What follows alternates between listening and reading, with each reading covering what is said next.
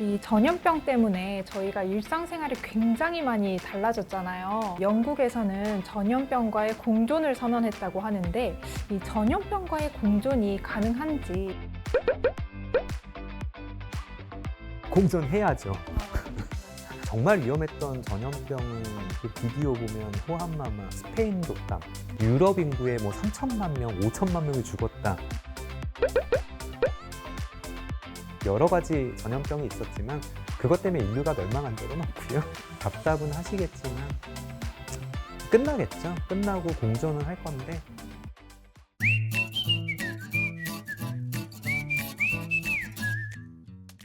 안녕하세요. 안녕하세요. 오늘은 이 전염병 때문에 저희가 일상생활이 굉장히 많이 달라졌잖아요. 그렇죠. 네, 제가 얼마 전에 듣기로는 영국에서는 전염병과의 공존을 선언했다고 하는데 이 전염병과의 공존이 가능한지 오늘은 이에 대해서 한번 이야기를 나눠봤으면 합니다. 공존이 가능한가?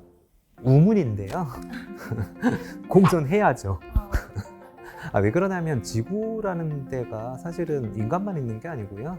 동물, 식물 다 있고 바이러스 같은 미생물도 다 있고 이게 이제 얼마나 문제가 되느냐인데요. 사실은 코로나19 때문에 이러고 있지만 정말 위험했던 전염병은 그전에도 많았거든요. 호암마마 비디오 보면 호암마마 혹시 알아요? 나이 드신 분들만 알 거. 옛날에 비디오 보면 호환마마 때문에 어쩌고 저쩌고 저작권 이런 불법 복제 이런 거 나오는데요. 호환마마에서 마마가 뭔지 아세요? 마마는 천연두예요, 천연두. 옛날에 마마라고 이게 곰보라 그러는데요. 천연두에 걸리고 살아남은 사람들이 얼굴에 막 곰보처럼 돼서 마마라 그러는데 이 천연두도 일종의 천연두 바이러스 때문에 생기는 전염병이거든요. 치사율이 30%쯤 되는 거 알아요? 어렸을 때 걸리면 10명 중에 3명은 죽어요. 예를 들어서 그 스페인 같은 나라에서 한 100명 정도 군대 가지고 그 당시 어떻게 보면 유럽보다도 더 발전했었던 잉카, 마야, 남아메리카 인종을 완전히 없앴잖아요. 읽으셨죠? 그 책 총균쇠. 거기 나오잖아요. 그 스페인 사람들, 유럽 사람들이 이미 천연두가 돌고 있어서 죽을 사람은 죽었지만 마야나 잉카 같은 남아메리카에서는 그런 병이 없었기 때문에 전체 마야 잉카 인구 중에 90% 이상이 천연두로 다 그냥 몰살을 했어요. 이 천연두는 에드워드 제너가 왜 그 우두라고 소 젖자는 사람들은 천연두에 잘 안 걸린다는 걸 알고 우두 바이러스를 해가지고 생백신, 사백신 정확한 기전은 몰라도 천연두 백신을 처음 만들어서 그게 인류 최초의 백신이거든요.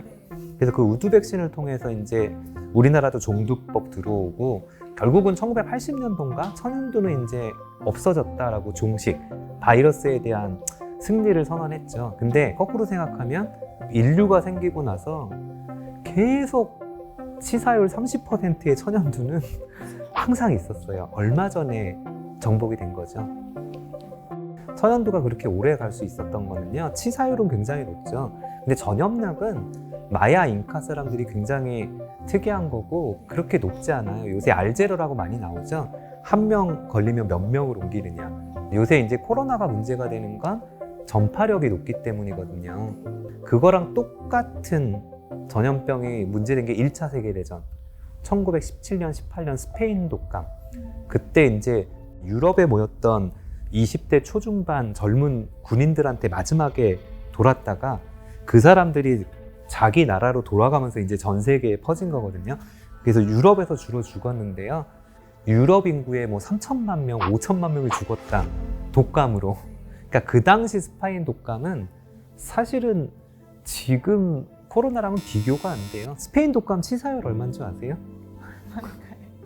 군인들이면 전쟁은 했고 좀 피곤은 하겠지만 아주 면역이 떨어지는 이런 고위험군 아니죠. 젊은 군인. 그래서 한 대대 한 100명, 200명이 스페인 독감이 걸리고 막사에서 같이 살잖아요. 80%가 죽었어요. 그런데 그런 독감조차도 한 50년쯤 지나니까 어떻게 됐죠? 왜냐하면 바이러스는 숙주가 없으면 못 살거든요. 결국 숙주인 사람을 죽일 정도의 바이러스는 못 살아남아요, 자기네들도. 그래서 적당한 치명률을 가진, 적당한 전파력을 가진 바이러스만 살아남게 되거든요. 인플루엔자, 독감이 1918년, 옛날에도 있었겠죠.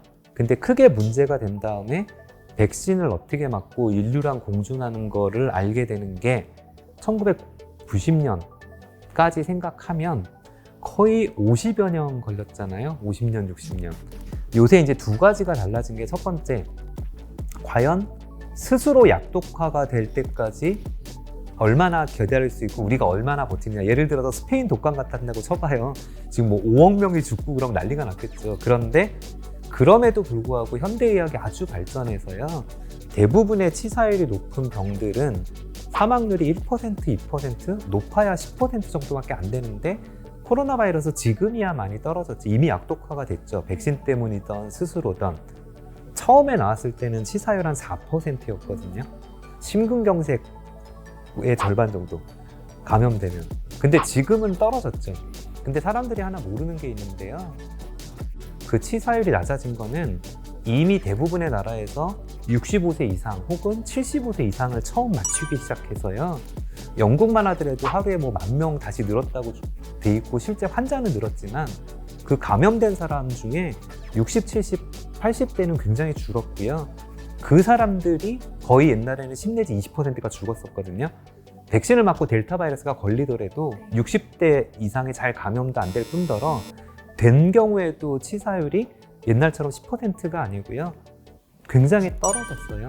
그래서 결론부터 말씀드리면 코로나 바이러스 결국은 안 맞거나 천연두처럼 아예 종식이 될 가능성도 있고, 두 번째는 독감처럼 적당한 치사율, 적당한 위험도로 이득 위험비가 알려지면 해마다 혹은 6개월마다 백신을 맞되 다 맞는 게 아니고 언젠가는 고위험군만 맞도록 될 가능성이 많을 거는 같아요. 그런데 아직은 우리나라도 평균 1.5%고 최근에 감염된 사람이 주로 65세 이상 많이 맞아서 젊은 분들이라서 치사율이 최근에는 0.2 내지 0.3%로 낮기는 하거든요. 그래도 일반적인 독감의 거의 10배. 네. 원래 독감 사망률이 해마다 달라요. 0.01%일 때 있고 높을 때는 0.1%대로 10배 이상 왔다 갔다 하는데 가장 심한 독감보다도 아직은 젊은 사람한테인데도 불구하고 높아요. 그래서 끝나겠죠. 끝나고 공존은 할 건데 아직은 조금은 더 방역 플러스 마이너스 백신 이 두 가지가 하면서 결국은 가장 최적의 상태로 가는 거를 지켜봐야 될 것 같아요. 그래도 인류의 역사상 천연두, 말라리아, 스페인 독감, 패스트 여러 가지 전염병이 있었지만 그것 때문에 인류가 멸망한 적은 없고요.